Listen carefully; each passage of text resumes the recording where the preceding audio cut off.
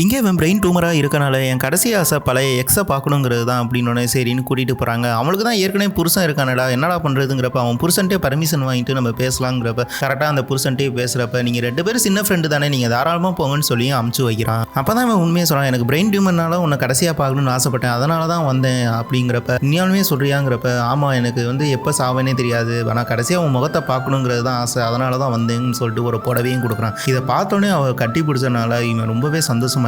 அவங்க ஃப்ரெண்ட்ஸ் எல்லாம் போய் இப்போ தான் என் வாழ்க்கைக்கான முழுசாவே ஆயிருக்கு, நான் ரொம்ப சந்தோஷமாக இருக்குன்னு சொல்லிட்டு பார்த்தா அடுத்த நாள் காலையில் ஹீரோவை போலீஸும் பிடிச்சிடறாங்க. ஹீரோயினை கடத்திட்டு வந்தாங்கன்னு சொல்லி அவங்க அப்பா அம்மா கம்ப்ளைண்ட் பண்ணனால ஹீரோயினே நான் விருப்பப்பட்டு தான் வந்தேன், முதல் ரிலீஸ் பண்ணுங்கன்னு சொல்லிட்டு கூட்டிகிட்டும் போகிறான். ஏன் இப்படி பண்ணுற அப்படின்னு அவள்கிட்ட கேட்குறப்ப தான் என் மாமா அது மாதிரி சின்ன வயசுலேயே தப்பாக நடந்துக்கிட்டான், எங்கள் அம்மாட்ட சொல்கிறப்ப எங்கள் அம்மாவும் அதை பற்றி எதுவுமே பேசல, குடும்பமானம் பேருன்னு சொல்லிட்டு அதை மறைச்சிட்டாங்க, இதனாலே எனக்கு என்னையே பிடிக்காம போனனால தான் நான் இப்படி இருக்கேன் அப்படின்னு சொல்கிறா. பிரெயின் டியூமருக்கான இதுக்கு மேலே நான் உங்க கூட வர பண்ணல, நான் எங்கள் அப்பா அம்மாவோட இருக்கணும்னு ஆசைப்படுறேன், ஏன்னா கடைசி காலத்தில் எங்கள் அப்பா அம்மா நான் சந்தோஷமாக இருக்குன்னு சொல்லி அவங்க வீட்டுக்கும் போயிடுறான்.